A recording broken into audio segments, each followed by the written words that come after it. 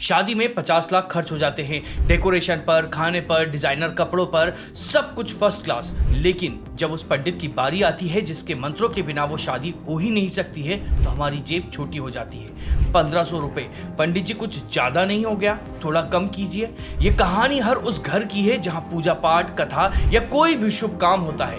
एक तरफ हम यूनिवर्सिटी में रिसर्च करने वाले पीएचडी स्कॉलर को हर महीने 30 से 40 हजार रुपए का स्टाइपेंड देते हैं ताकि वो बिना पैसे की चिंता के ज्ञान की खोज कर सके, और हम इस पर गर्व करते हैं। लेकिन जब उस ज्ञान की रक्षा करने वाली हजारों साल पुरानी परंपरा का कोई प्रतिनिधि, एक ब्राह्मण, अपने काम के लिए दक्षिणा मांगता है, तो वो हमारी नजरों में लालची और भिखारी बन जाता है। यह एक दोहरा मापदंड है, यह एक पाखंड है। इस वीडियो में हम इसी सोच की उस छाल को उतारेंगे। तैयार हो जाइए यह जानने के लिए कि जिसे आप पंडित का लालच समझते हैं वो असल में क्या है।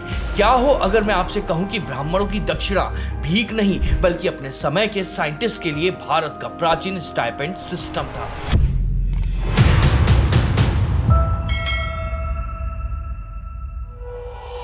हर फिल्म में, हर सोशल मीडिया मीम में पंडित का मतलब है एक पेटू, लालची इंसान जो बस पैसों के लिए भागता है।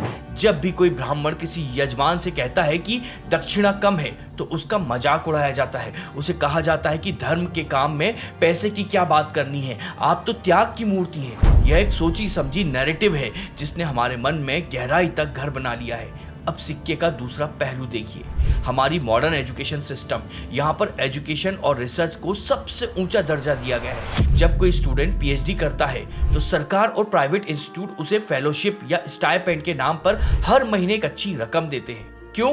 ताकि उस स्टूडेंट को घर चलाने की, पैसे कमाने की चिंता ना हो, ताकि वो अपना 100% ध्यान अपनी रिसर्च पर, अपनी खोज पर लगा सके। और इसमें कुछ गलत भी नहीं है, यह एक बेहद जरूरी और सम्मानजनक व्यवस्था है। तो एक तरफ है ज्ञान की खोज जिसके लिए पैसे देना जरूरी और सम्मानजनक है, और दूसरी तरफ है ज्ञान की एक प्राचीन परंपरा जिसके लिए दक्षिणा मांगना लालच और अपमान की बात बन जाती है। लेकिन क्या हो अगर मैं आपसे कहूं कि यह स्टाइपेंड सिस्टम कोई आधुनिक आविष्कार नहीं? क्या हो अगर मैं आपसे कहूं कि हमारे पूर्वजों ने अपने समय के वैज्ञानिकों को फंड करने के लिए इससे भी एक बेहतर उन्नत प्रणाली बनाई थी, एक ऐसी प्रणाली जिसे आज तक दक्षिणा कहा जाता है।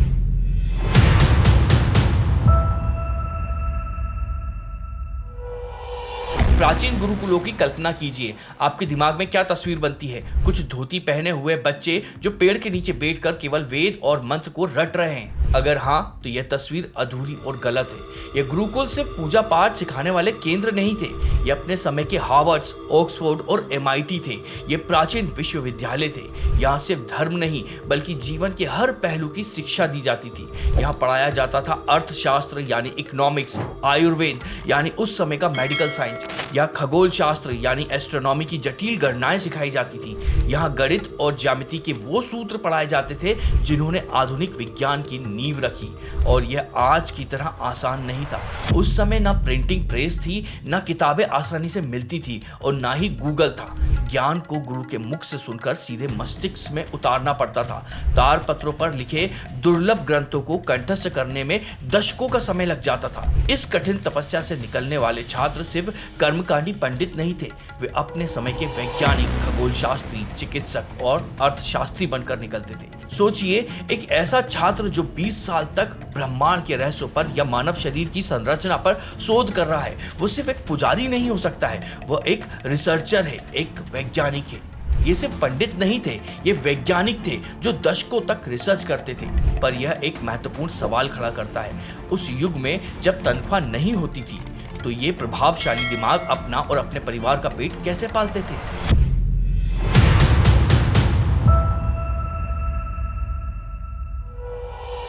तो इन प्राचीन शोधकर्ताओं और वैज्ञानिकों की आर्थिक जरूरतों को पूरा कौन करता था? राजा।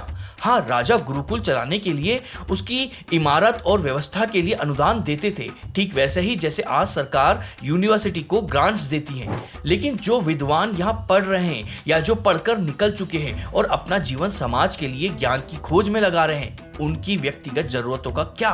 उनके भोजन, उनके वस्त्र, उनके परिवार के भरण पोषण का क्या? इसी समस्या का समाधान थी दक्षिणा कोई भीख या दान नहीं, ये एक सामाजिक अनुबंध था, एक सोशल कॉन्ट्रैक्ट। समाज के लोग, चाहे वो किसान हो, व्यापारी हो या सैनिक, इन विद्वानों को उनके जीवन यापन के लिए आर्थिक सहयोग देते थे, जिसे दक्षिणा कहा जाता था। और बदले में ये विद्वान अपने ज्ञान, अपने शोध और अपने अनुष्ठान से पूरे समाज को लाभ पहुंचाते थे।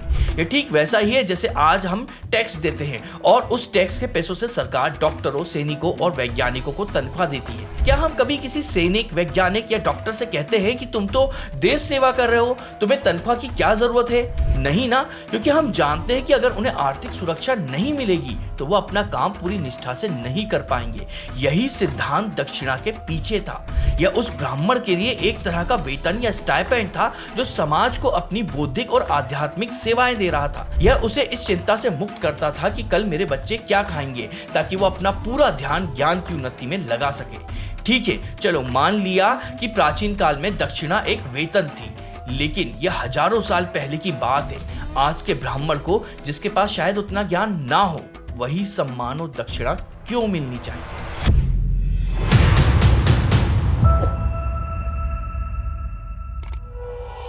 ये सवाल एकदम जायज है और इसका जवाब दक्षिणा के पीछे छिपे एक गहरे सिद्धांत में है। इसे आप एक सामाजिक पेंशन या सम्मान का ऋण कह सकते हैं। कल्पना कीजिए, आज से कई पीढ़ियों पहले एक परिवार था जिसके पास दो रास्ते थे। एक, या तो वो खेती या व्यापार करके अमीर बन सकते थे, या फिर उस ज्ञान के कठिन मार्ग को चुन सकते थे जिसमें पीढ़ियां खप जाती हैं। उन्होंने दूसरा रास्ता चुना। उन्होंने धन दौलत के ऊपर ज्ञान को रखा। उन्होंने यह त्याग सिर्फ अपने लिए नहीं बल्कि पूरे समाज के लिए किया, ताकि ज्ञान की यह मशाल जलती रहे। आज जब हम उनके किसी वंशज को, किसी ब्राह्मण को दक्षिणा देते हैं तो हम सिर्फ उस एक व्यक्ति को पैसा नहीं दे रहे होते हैं, हम असल में उसके पूर्वजों के उस महान त्याग, उस तपस्या और उस विरासत के आगे सिर झुका रहे होते हैं। हम उसकी पूरी परंपरा का सम्मान कर रहे होते हैं जिसने ज्ञान को जीवित रखा। इसे आधुनिक उदाहरण से समझिए। जब सीमा पर कोई सैनिक शहीद होता है, या कोई पुलिस वाला मारा जाता है, या कोई सरकारी डॉक्टर काम करते हुए मृत्यु हो जाती है उसकी, तो सरकार उसके परिवार को पेंशन देती है या उसके परिवार के किसी सदस्य को अनुकंपा पर नौकरी देती है। क्यों? क्योंकि वह सैनिक या डॉक्टर या वैज्ञानिक अपना आज हमारे कल के लिए कुर्बान कर रहा है। यह पेंशन या नौकरी उस ऋण को चुकाने का एक छोटा सा प्रयास है। ठीक इसी तरह जब हम किसी ब्राह्मण के चरण छूते हैं तो हम उस व्यक्ति के नहीं बल्कि उस महान परंपरा के चरण छूते हैं जिससे वो आता है। जब हम उसे दक्षिणा देते हैं तो हम उस विरासत का सम्मान करते हैं, उसे ऋण चुकाते हैं। यह एक सामाजिक पेंशन है जो समाज उन परिवारों को देता है जिन्होंने ज्ञान के लिए अपना सर्वस्व समर्पित कर दिया। तो अगली बार जब कोई पंडित आपसे दक्षिणा मांगे तो आपको क्या दिखेगा? एक लालची भिखारी या एक ऐसा महान विरासत का उत्तराधिकारी जिसका सम्मान करना आपका कर्तव्य है?